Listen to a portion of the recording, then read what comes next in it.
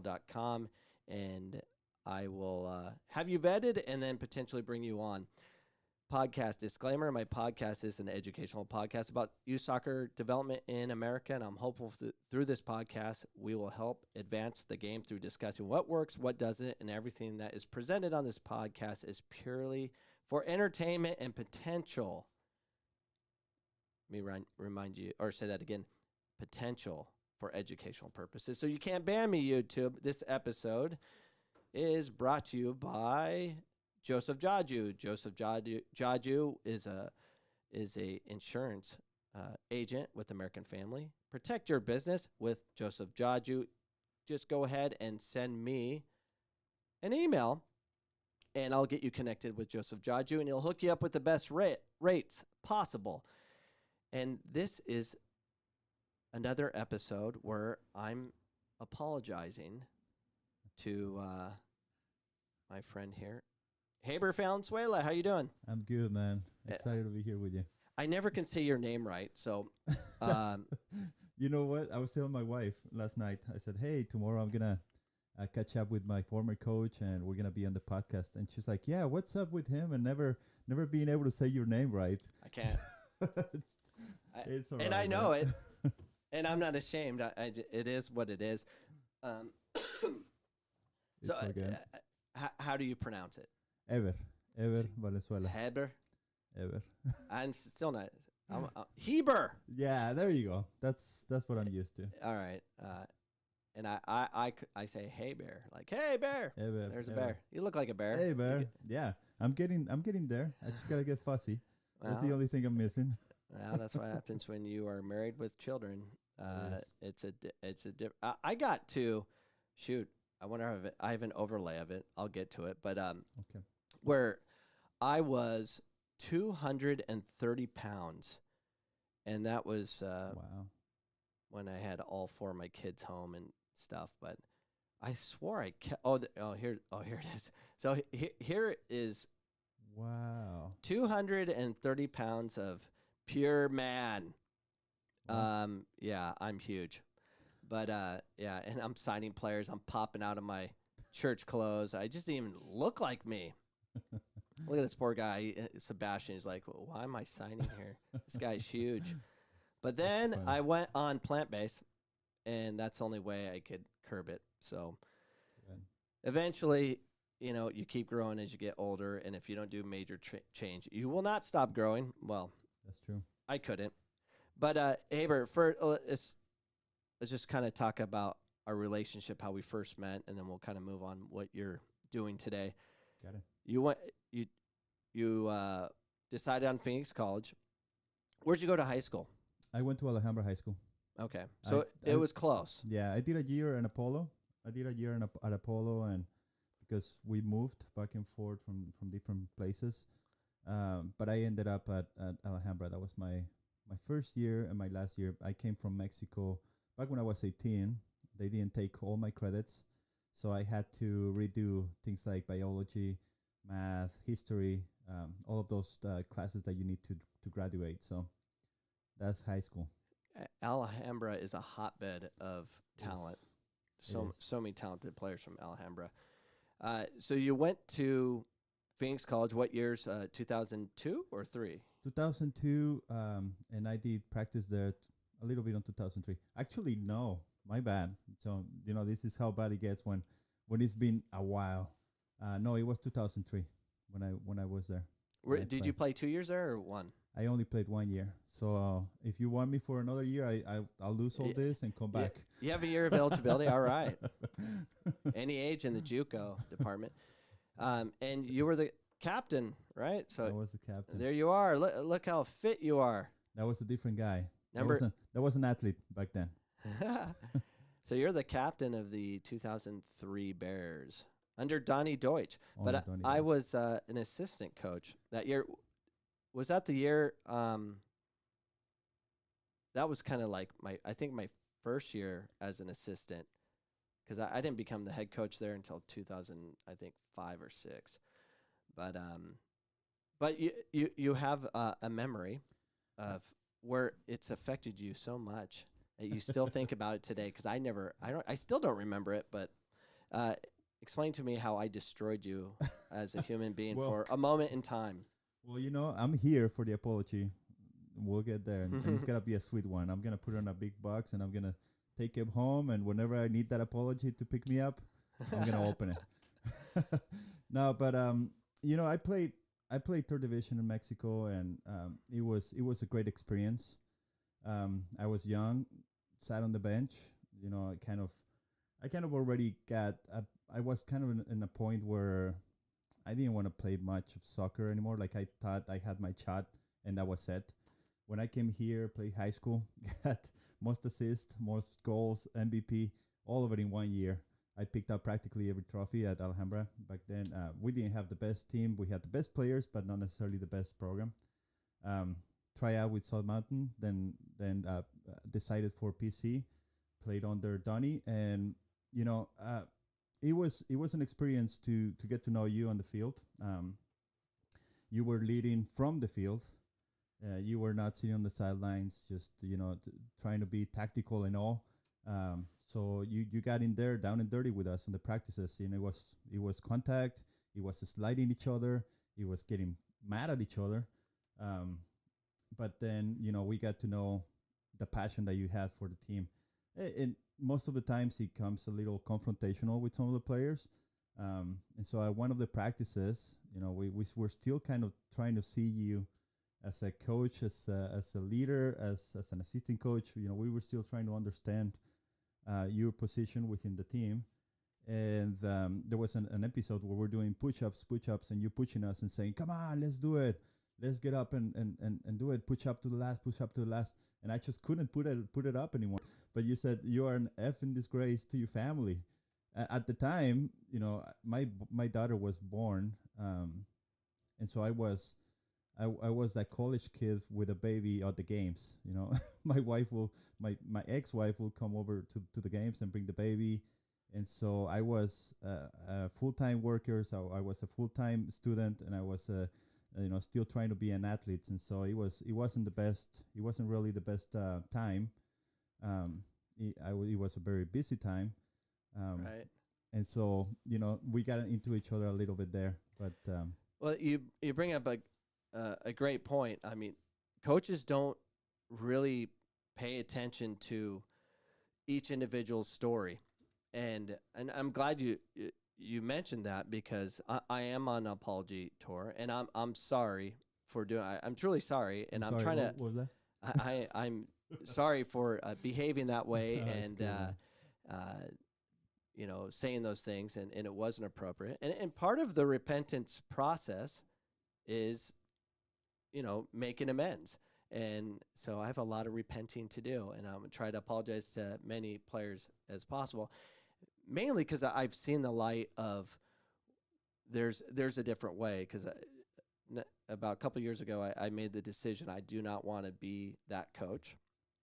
I don't want to be like all nuts and all that, and always angry and trying to get players to play at a certain level based on winning and all that. Winning's going to happen. It shouldn't be that way. But I really want to talk to each individual and have a conversation and seeing how they're doing at home. And if I did that, I would have known that,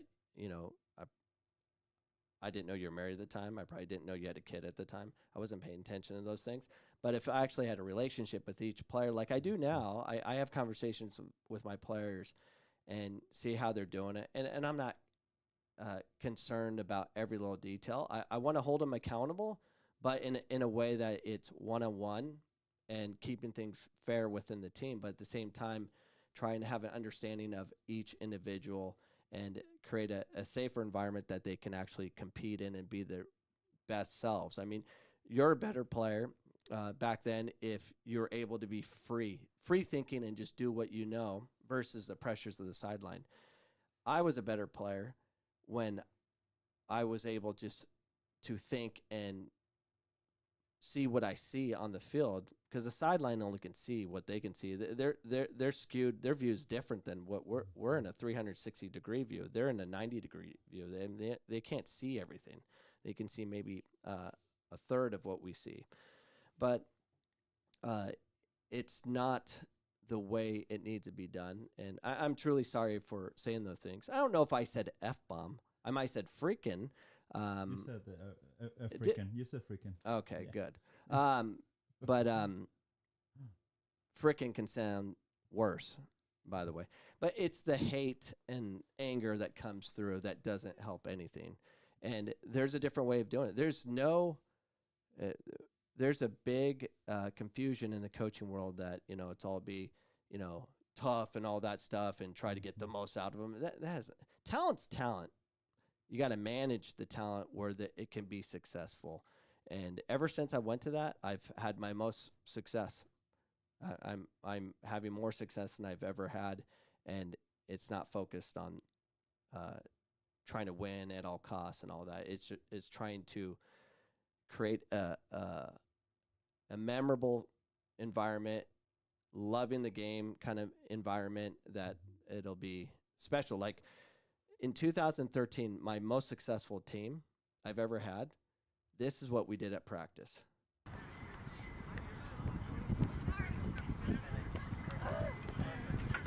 Yes!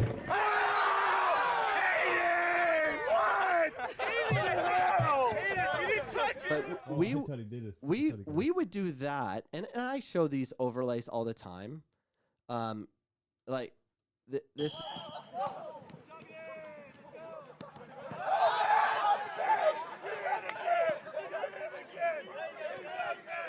This is a game they came up with. They're just playing a Meg game, and they're just having fun messing around. And in 2013, this is what we did. It was have fun every practice, and it was the most winningest team ever at Phoenix College. We had talent, and I think it was kind of like accidental, and because we lost in the finals in penalty kicks, but we also lost in that final. We lost the player of the year, Rio Hirayama, to an ankle sprain. Joe Jaju, our captain, pulled his hamstring. Tafada Samueo, these are all starters, by the way, got a concussion. And then Jason Arroyo, another starter, got a double yellow in the previous game. So we were down 4 to 5 starters, and we ended up losing in penalty kicks. But that team should have won nationals, and it was all based on let's just enjoy the game. Talent's going to win. And I didn't say a word on the sideline because I didn't have to. So I got confused a little bit after that year because we didn't win. So I kind of went into more hardcore coaching, and I just didn't know what I was. I was confused. I mean, sometimes I would accidentally do the right things, kind of like 2013. So last couple of years, I've been just focusing on each individual, having one-on-one conversations, making sure, seeing if they're okay at home and see how we can help them. So we just created an environment of service. And whatever happens on the field, it happens. There's nothing we can do about it. I just don't want to be the one that takes opportunities away. I want it to be the players' game. And we're creating that. And it's still, I'm trying to figure it out. And I am sorry. And I got about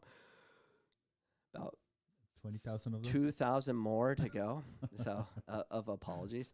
And that's hopeful. But we can move on from that. But it's part of the evolution. It's part of the evolution. And it's the better way of doing it. Yeah. And not just be it. I think you'll have more success winning, even though that's not the focus. The ones that are supposed to win are going to eventually find it. But I think it's more of like I can sleep at night, win or lose, versus before I couldn't sleep because we didn't win. And I just changed my focus. I'm like, I just want relationships that last a lifetime. I want to move players on from Phoenix College to the next level and not be concerned about, did we win a national championship that year? So anyways, you graduate or you get out of PC. You kind of disappeared for a while, What happened to you? Where'd you go? You know, um, and I want to point this out because it happens. It happens today to a lot of our Latino players, right? We kind of had that opportunity to showcase ourselves, and then when that doesn't come true, or we just kind of give up and end up playing Sunday morning or Sunday soccer. And so that was me. I ended up just playing Sunday soccer, winning medals here, trophies there. Still playing a bit competitive, but then it wears out after a while. You figure, uh, I can only play this thing competitively enough, but where is it gonna take me? Is it gonna really give me anything? What am I gonna get out of it, right? And so you start focusing on. At that time, had my baby, my daughter at the time was 3, 4. After I disappeared a bit, um, and then I said, let's give this coaching a try. So I get my coaching licenses. I go to the courses. I meet at the course. I meet um, Jorge Kimsim. I don't know if you guys know him. And Jorge Kimsin at the time was working with Manny Arias, who may rest in peace. And we were working on a project with. We started working on a project with Chivas USA. So we started working with the academy at Chivas USA, and we formed 4 teams in here. We were practicing at GCU, picking up some good talent. I started coaching a U8 and a U18, which is 2 different spectrums, right, of the game. When you're coaching kids that can't, their attention span is not necessarily, ribbon yet. Right. So you kind of have it, make it fun for the little ones. While at the same time at U18, we were expecting them to be ready to showcase themselves. So I will, much like yourself, and I learned this from you, jumped in practices, did all the practices with them, try to lead from inside the field, while I was also trying to lead from the sidelines. And we had some success. We landed a kid that stayed over there that was invited to be part of the preseason. There's a few others that had their shot too. Julian. I don't know if you know Julian. It's no, I start to remember all the names, but we had few players that really had a shot and actually played in Mexico. So I did that. Get to meet Denis Teclose, who later became the Mexican national team director. He directed all the youth teams for Mexico, and now he's the general manager at LA Galaxy.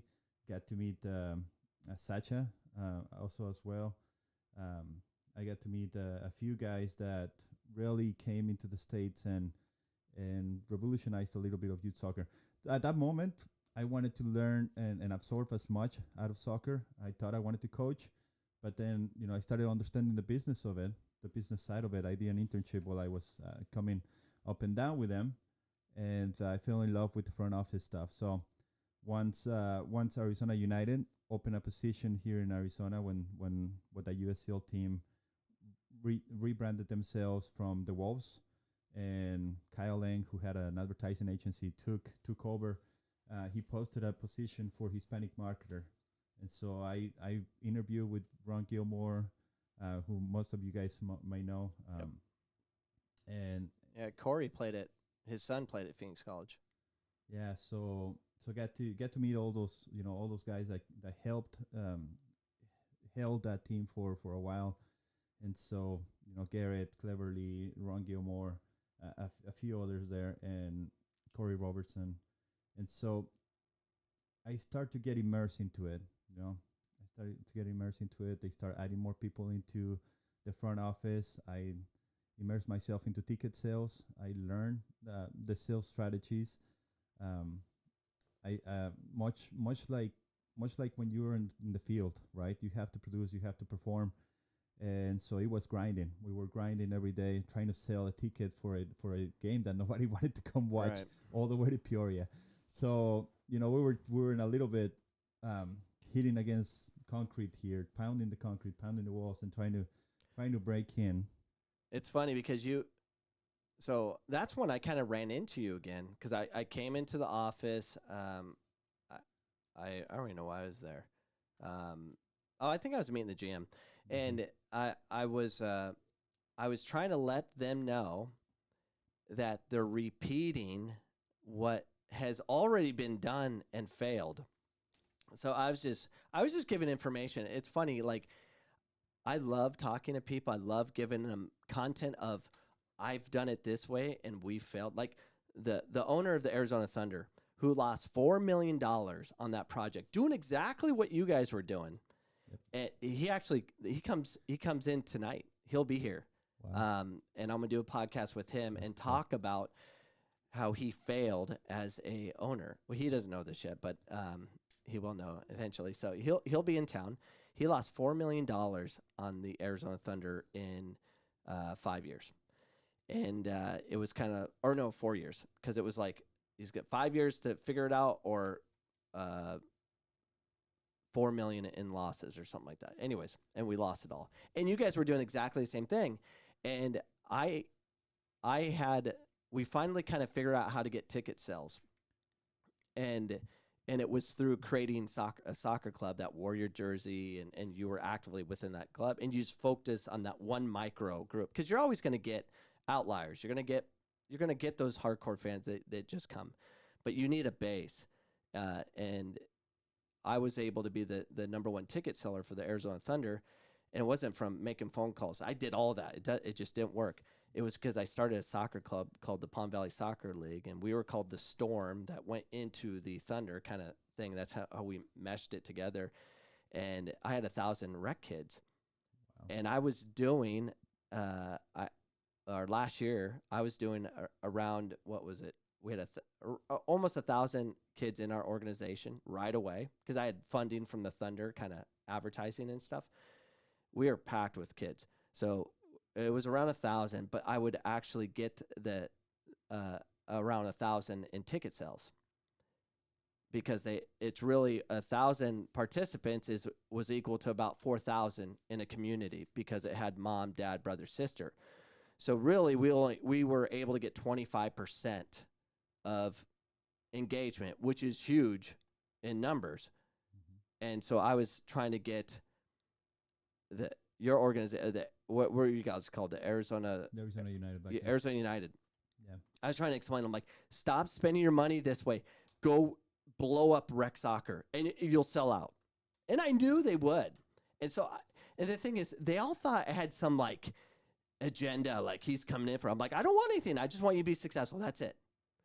You know, and if you are successful, maybe give me a jersey. I don't know. Just do it. And everyone like gets taken back by me because I'm never. And I don't want to ever be in this position where I'm trying to find it in and find a way to make money off you and all. And nothing wrong with that. I don't need to. I don't want to be in that situation where I have to be in that. I know who I am. I'm the Phoenix College men's soccer coach. I do a podcast. I love sharing information, and I'm not trying to, sneak in or something. I want relationships more than anything, but I just wanted them to be successful, and I want to be proven right. And and I even set them up with our old GM, Mike Briotti, just like, go verify it. I want to say one thing, go verify it from our GM. So I think they had a conversation and stuff, but not once did they take in consideration. They're like, no, billboards and all this. I'm like, you guys are so stupid. But anyways, it is what it is. In the Rising, they're kind of doing it. They took the Rising name, they got the youth to do it. I get it. It makes sense, but it's not authentic. It's not real. They didn't build it. There's something about building a base and really have an identity with them versus, hey, we're going to be at Walmart or this gas station doing signatures or we're on these billboards like you're the Phoenix Suns. It doesn't work. Anyways, so I met you there. That's kind of where you went from there. Then what happened with you actually ended up at the Rising at one point. Yeah, I ended up at the Rising. I was undocumented at the time, so that was really. Yeah, I was undocumented for a while, and it was tough. I had to do odd jobs. I mean, I worked at Pizza Hut. I worked at landscaping. I did all kinds of stuff. I'm thankful for the trade that my dad and our dad and the family gave us when we were growing up, which was fixing TVs and being an electronic technician. And so I will put my ad on the paper and I will go out and fix people's TVs, and I was able to feed my family that way. When I was a full-time student, I was working for DirecTV, putting up satellites antennas, and so you know after a while of doing that, but being with Arizona United and fixing my situation, it was a blessing. So I was very motivated, and I was sold on the idea that we one day might have an MLS team. And so I stuck around. I stuck around 5 years. I went up the ladder on the front office from being an inside ticket sales guy, making 100 calls a day. Well, nobody makes 100 calls a day, but making as many calls as possible. Right. Working my way out of inside sales to outside sales, and going out on meetings, landing my first sponsorship, and getting into sponsorships. Having my sponsorship money taken away just because I wasn't the sponsorship kid, but getting the rep enough so that they will let me do my own sponsorships, to building my own company while I was working for the team. Came up to an agreement with one of the with the owner, actually, and I said, there's a need in the community for Hispanic marketing. I'm starting a company, and I'm gonna fulfill that need.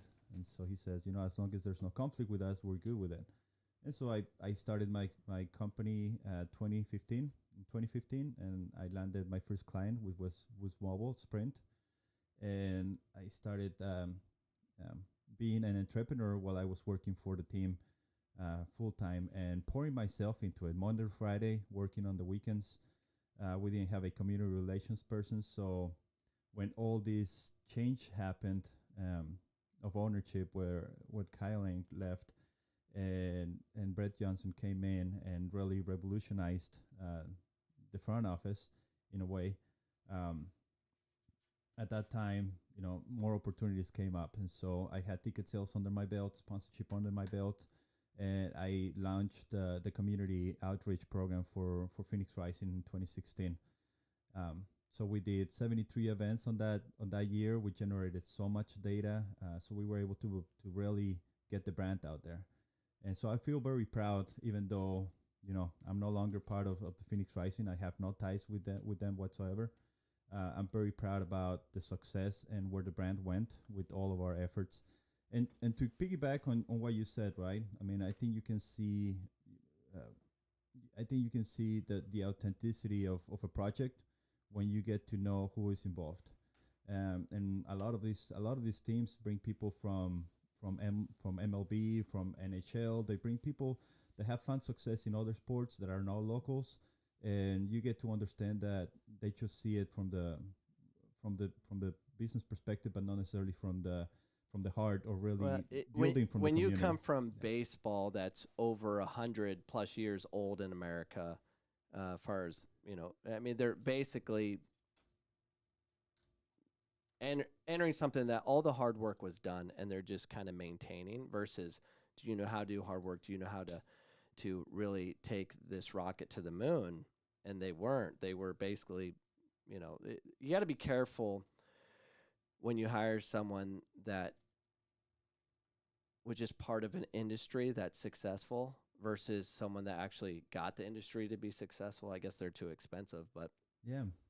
So after being there, building the brand, understanding how much work I was doing, and how much time I was taking away from my family Monday to Friday, and really busting my butt every weekend, leading a community relations team, marketing team, Hispanic marketing team, game day operations, and still doing sales for the team. I decided to step aside and focus on myself, and focus on my career, and focus in the next step. I understood that I grew up off the ceiling in my probably my second, third year, and I should have been gone a few years back. But I was stubborn to see this going to MLS. But that's where a true shift came into my life. A true shift came into my career.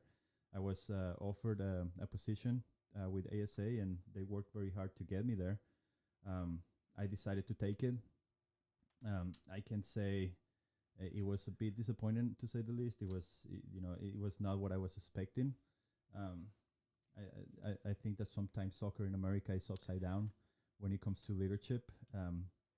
Well, it's in the pandemic hit. There's so many things are going up. But I want to go back a little bit to the Rising and kind of like how you were kind of slowly catapulting into really understanding where you need to be, and we're going to be talking about where you're at right now. But the one cool thing you did for the Rising was you had a small part. I don't know how significant a part you had on the Banditos. Yes. So Banditos, and here's a Bandito. Remember Nobi? Yes, I remember Nobi. He's was awesome. The number one Bandito, in my opinion. He's just a crazy soccer fan. Yeah. And he just showed up to one of my games at Phoenix College. Or no, we were at Chandler Gilbert, and we're destroying Chandler. And this is in 2013, and he's just beating his drum, and he's Japanese, and I have Rio and Sakai on my team, and I asked Rio and Sakai, I'm like, do you know that guy? They're like, no. I'm like, well, go meet him and talk to him, and then we met him, and then he became a real big fan of our program. I mean, we had him in our team photos and everything as our number one fan, but we held a sellout game, and the reason I'm bringing this up, so here is a sellout game. So I remember that. I was there. Yeah, you were there, and it's packed. So we hold the national record for the largest crowd in the United States for the NJCAA, and that's a big deal, not only for JUCO but even Division I NCAA to be able to pull that off. And I pulled that off. A lot of phone calls and a lot of people I know support it. And I remember I was trying to get that game to be at the Rising Field, but no, we were just too small time and whatever. That's another story. But Nobi passed away, and he was our number one fan, and his family gave us his drum set. And then you can see his chair, and that's kind of, we did a charity game, raising money, create a scholarship in his name, and we did some cool things with him. That drum disappeared, and I kind of make it known every other podcast. If anyone out there that knows where that drum is, whether you bought it or whatever, or you think you might have it, please contact me at coachcameronsoccer@gmail.com, or I'm easy to get hold of if you need to get hold of me. I want that drum back. I'll buy it back. It was something we would just set up at our home games as Nobi's still there, and now it's gone. And, we can't get it back, and we have a good idea of where it went and stuff, and I get it probably was hawked. It's at somewhere. But if you bought that drum for whatever reason, or if it's at, I don't know, I'll buy it. I'll pay top dollar just to have it back. No questions asked. I just need it back. That would be amazing. But yeah, loved him. It's so many stories on Nobi too. I mean, he was a judge. I have a few. Yeah, a judge. And one story real quick about him. He was. Someone's telling me he was in California. The Rising is playing Sacramento, and they got in trouble or something, and he was like being detained and handcuffed on the side of the road, and he refused to comply because he knew the laws, being a judge and stuff. And I don't know. Did you hear about that story? I heard about it. Yeah. He always defiant. And he was actually not allowed to be at our games. He had to sneak out because he has, I think, a heart condition where he wasn't allowed out. So he'd sneak out of his assisted living center to go to our soccer games. That's how passionate he was. Yeah, and just living life. He was awesome human being. He did inspire many people within La Furia Roja, within LFR. But yes, I'm glad that you mentioned that. It's great to mention those that have been passionate, and much of the growth of what soccer is in the state, it's because of those people, and even supporters, right? Even in the supporters level, I'm glad you mentioned that. Going back to the Rising days, I understood that we wouldn't be able to get far without having a fan base that will support this 90 minutes of the game, right? So I met Marco. I met a few members that were part of PBA back then. Um, we talked about potentially coming up with a supporters group. These all came naturally from our conversations. Marco did take a leadership standpoint, and then Zach as well, and that's how the Bandidos were born. To the point, I mean, it's been a beautiful thing that was born from that relationship that we were able to build, and that common goal that we had. Until today, they continue to grow and they continue to support the team. I will join them in the future or a game here and there. But there has to be that appreciation as well from from different, I would say, from different people that in a way have benefited from that and have continue to thrive through that. So that was pretty cool. Novi, amazing guy. I'm glad to see that you have honored his support and his passion for PC and his passion for soccer. Like I mentioned, right? There's people out there. Yeah, you don't get fans like that. Like you always get the parent, but they don't come back, kind of thing. Or kid's done. But Nobi would take it to the next level. Like he would, if you didn't do well, and he thought you could have done better, he would let you know. So he would watch the women's game too, and he was upset about how the women's played because there was a big contrast about what the men's did and the women's did at the time. And he wrote our AD throwing a fit about the women's program, which was hilarious. And Chris Agar says, like, do you know this Nobi guy? I'm like, yeah, he's our number one fan. He goes, he just ripped my program a new one. And we just laughed so hard. And even Chris Agar, he's like, that's awesome. To have someone that passionate, that's like professional level. So anyways, I always thought that was cool. Let's talk about what you're doing now. What's going on now? I see you're doing a table tennis thing. What is that thing called? Yeah, that is tech ball. That's one of the things that I've been focusing on lately. There's a few other things. So it's tech ball. Yes, tech ball. Tech exactly. ball. So I have the overlay in. Yes. And that's the actual tech ball. And it says here March 6th is your first. Yes. So we have affiliated with the U.S. Tech Ball Federation, the U.S. Tech Ball Federation. And we're bringing Phoenix the first Challenger Cup, which is going to be on March 6th and March 7th. March 6th is going to be open for anyone, boys, girls, men, women, anybody older than 14. You can come up with your doubles team. It can be yourself and your 14-year-old mom or dad, or it can be you and your girlfriend or your wife, whoever. The cool thing about tech ball is it's all about bouncing the ball back and forward using your technique. And so you'll be surprised sometimes a 14-year-old might have the advantage, or sometimes,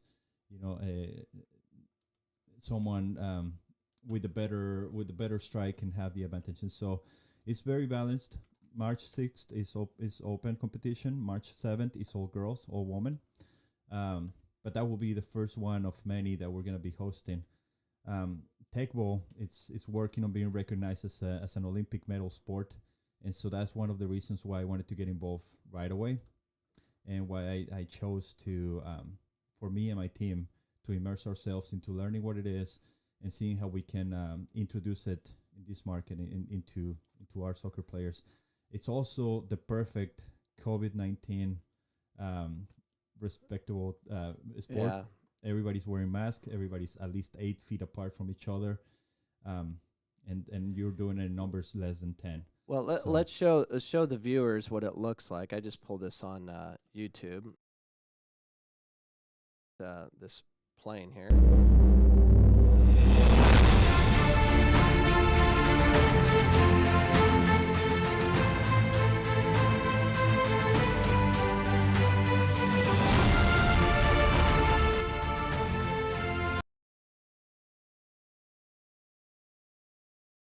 Former international Portuguese player, please.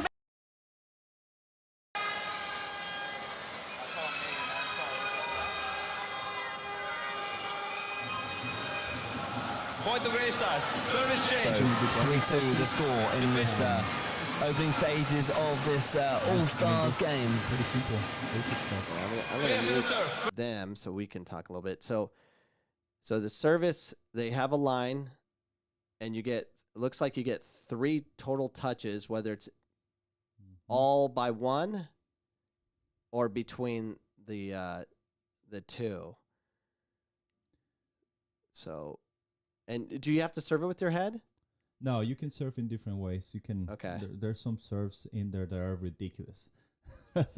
So you just serve it from behind that line. From behind the line, yes. Okay. It can be any part of your body. So that's kind of what's going to look like. And I was at last year before the pandemic hit. I was in Dallas watching the U.S. women's national team play Japan in the championship of the whatever tournament. What tournament was that? It's just happening right now. It's anyways. They're in their She Believes tournament. Oh yeah. And the Houston Dynamo, or not the Houston Dynamo, the Dallas FC, they had these part of their practice fields just for them to mess around with, and they're heavy duty. Those things aren't cheap, I would imagine. Yeah, they're not cheap, but they're definitely worth when it comes to technique building and especially right now with COVID, right? I already have some school programs that want us to do this for after school, and so we're coming up with an after school activity that for a few school districts that can benefit the kids that are going to school and not being active because everything is shut down. So that tournament you're doing, where's it at in Glendale? Do you know? It's going to be at 35th Avenue and Pinnacle Peak, ASC. Oh, that's right. American Sports Centers, yeah. And it's how much? $12. So Take Bowl it's an international organization. When you sign up to play this tournament, you're practically signing up as a member. There's benefits with that because you can rank up and you can play these international events. So, but you can cancel that membership whenever you want. If you just want to participate on this tournament, give it a try, pay your $12, cancel next month, like it will be a Netflix trial, and get ranked up if you want to get ranked up. All right. You can go as far as you want on this. Okay. Now I'm going to ask you tough questions. All right. So sure. So it's $12 per person, I would imagine. Yes. So, okay. So we're both members now. We paid the $12 each, and then we compete that day. And then how many games do you get that day? Or well, to be honest, we're still working on that format. Working on the format, just because we're waiting on more teams to join. But you can play anywhere from 4 to 8 games in one tournament, and so it's a lot of fun. And so the tournament's over. I'm now a member. Where can I go play? You can follow on the website. You will see the different challenges that will be happening. Okay. And so the goal is for us to have an amount of challenges throughout the year. So that way, if you're just in Arizona and you don't really want to go to California or Texas or Miami to play, then we should just play our tournaments.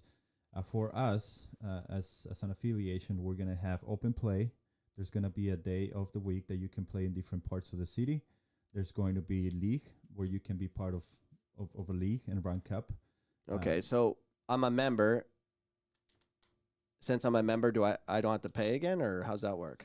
Not for when it comes to the international events, but for everything local, you'll be part of our club, and there will be a fee. Yeah. So you just got to sign up and make sure you're in the list or whatever to go play, or just show up and play. Yeah. So you do want to have your membership with Tech Bowl, with US Tech Bowl. Why? Because he will offer opportunities for you to rank up and play different tournaments. If you don't want to be a member, you can just play our events throughout the year, and you can pay when you come and participate. Or if you have a team, then you just pay for your league fees. But is there like an app or something? Yes. So I play at one of your open events, and I win my first game. So I just go the app and insert my score. Yeah, with just the website, and the website, that's where you will see your ranking and everything. Okay. Yeah, trying as to a member. understand it all. So the national events, like in order to play at a national event, is there a national championship in the United States, or is that set up yet? No, not yet. Just like regional it's, events. it's all about regional and ranking up events. So the goal is just to be number one. Yeah, the goal is to be well ranked up so that you can go and play the World Cup. The So people World Cup. all right, so you can qualify for a World Cup. Yeah, How do you qualify for a World Cup? all ranking. All ranking. So if you're in the top 8, you can go. don't What know if exactly what if I have what is the multiple rank. teammates? Well, that's that's definitely a good question. I don't I'm have- sure yeah, there's an algorithm for that. So Yeah. if I won, if I play with like 3 different teammates and Well- I keep winning, I'm sure. you can rank up as an individual or as a double. Okay, Yeah, got it. Oh, you can play 1-on-1? yeah, you can play 1-on-1. Got it. So, all right. What else you doing? Well, look, after a little bit after this once this pandemic hit last year, I was wondering if I should just focus on small businesses. I've been an instructor for marketing and business administration with Fuerza Local First, and that has been very pleasant. I'm also part of a few other cohorts. I love being involved with the small business area, but I also love sports. I also love soccer, and after thinking about it for a bit, and deciding not to step into another industry and just keep it to small business and soccer, I decided to create an organization called the Arizona Sports Collective. The organization, the Arizona Sports Collective, it's something that matches all my learnings with my masters at the Cruyff Institute at the moment. I practically, understood that there was an opportunity to be innovative and come up with a new concept and unite a group of non-for-profits that I've been working with for the last 5 years, unify a group of small business owners and corporates that I've been working for the past 5 years, and also working with sports organizations and sports programs. And so those are the 3 pillars of what the Arizona Sports Collective is. It's a network of supporters, small business owners, and those that want to be involved and support the sport. Those that can benefit from it, causes, not-for-profits, and then all those sports organizations and programs that can also be a driver for all of this to work out. We've done a few things that we're very proud about. We've started. I mean, the Tech Bowl is a product of that. It's something that we're all working as a network for it. There's a few other things in the works that I'll be sharing on the Arizona Sports Collective page. But that's practically what I'm doing right now. Doing small business teaching, being an instructor, and then focusing my time with the Arizona Sports Collective. What are your you have 3 kids? I have too many. Yeah. I have 5. You have 5? 5 kids. You have more than I do. I have 4. So my daughter, the baby I will bring to my college games. She's going to college pretty soon. She's got some good offers. She's amazing. She's a brainiac. I was very lucky with her. I adopted my 2 nephews about 10 years ago. They were going through the foster care system, and I couldn't see family go away to other Right. people, and it came naturally. My brother and my sister, stepped up for me when I was a kid in Mexico, growing up in hard situations. So it was naturally for me to step in and have my nephews. They're great kids. And then I remarried 8 years ago with this wonderful girl. And now Soccer, just your little ones? my little one, Luca, who's 4, is playing. He Coach Scout was doing fantastic things with Luca. And my oldest nephew, he's playing at Raymond S. Kelly's. And he's a natural. He just never played club, and he's a little late in the process, right? Because he didn't really get that club experience under his belt, but he's a natural. And Kellis is playing, so is he playing for the high school right now? Yes, he's playing for the high school. Okay. Yeah, luckily they're playing because Tolleson Unified's not playing. Phoenix Unified's not playing. which is unfortunate because everyone else is. It's kind of unfortunate, especially like when they made that decision for the winter sports. You know, the numbers are going down.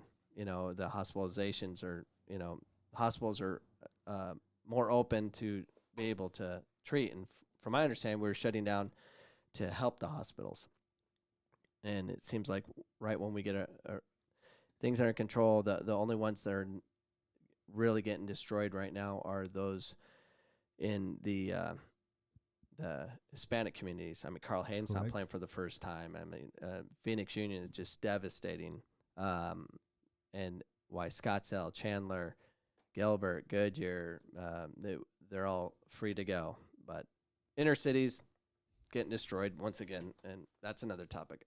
We probably shouldn't go down that road because I will lose my mind. Yeah, I hate seeing groups of people lose opportunity. Why others get it? It just doesn't make sense to me. But that's another topic. So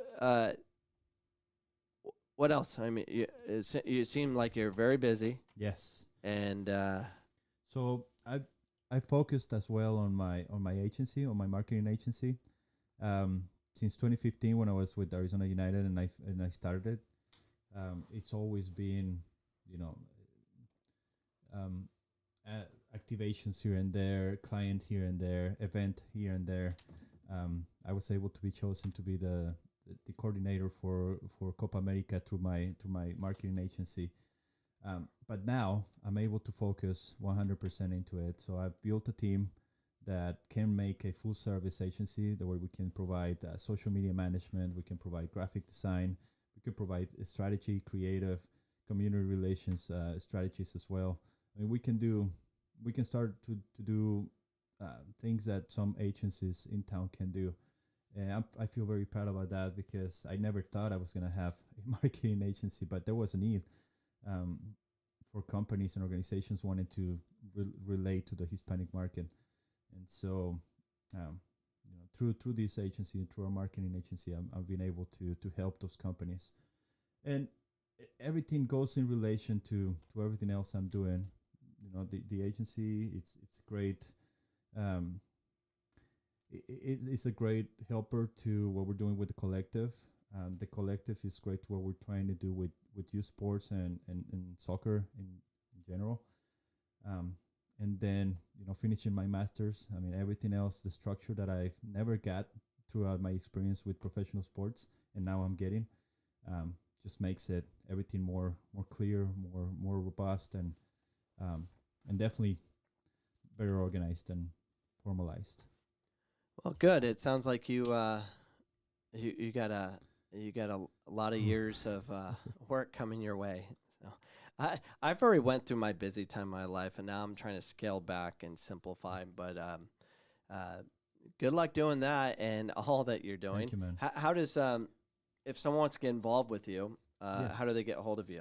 Yes, look, the Arizona Sports Collective is great for that. You can be a teammate. A teammate is someone that can partner with us and really make an impact in their sports program or their soccer team or their soccer club, or it can be anything. Is it ArizonaSportsCollective.com or Yes. that's the website? That's Yes, correct. Correct. ArizonaSportsCollective.com. That's my website. You can be a teammate. You can be a contributor, which would you will become part of that group of local business owners and those that really want to make a change in our community through sports. And you can also become a benefactor if you have a cause or if you have a not-for-profit that you would like us to support. Let's talk and let's figure out how we can do that. If you own a company or business and you would like to talk about marketing or you want to talk about advertisement, you can visit hnkmulticulturalmarketing.com as well, or it's linked in the Arizona Sports Collective page as well. Awesome. Yeah. Well, I appreciate you coming on, and even though you were late, I'm just kidding. Mexican time. So that'll be our show. I wanna give big thanks for Heber Valenzuela, even though I say his name wrong, for coming on. Thank you for tuning in. We hope you enjoyed the show, and we hope to see you again in our next show, which we have another one coming on tomorrow with Kiana Miyazato and Megan Kirker, two past players of mine.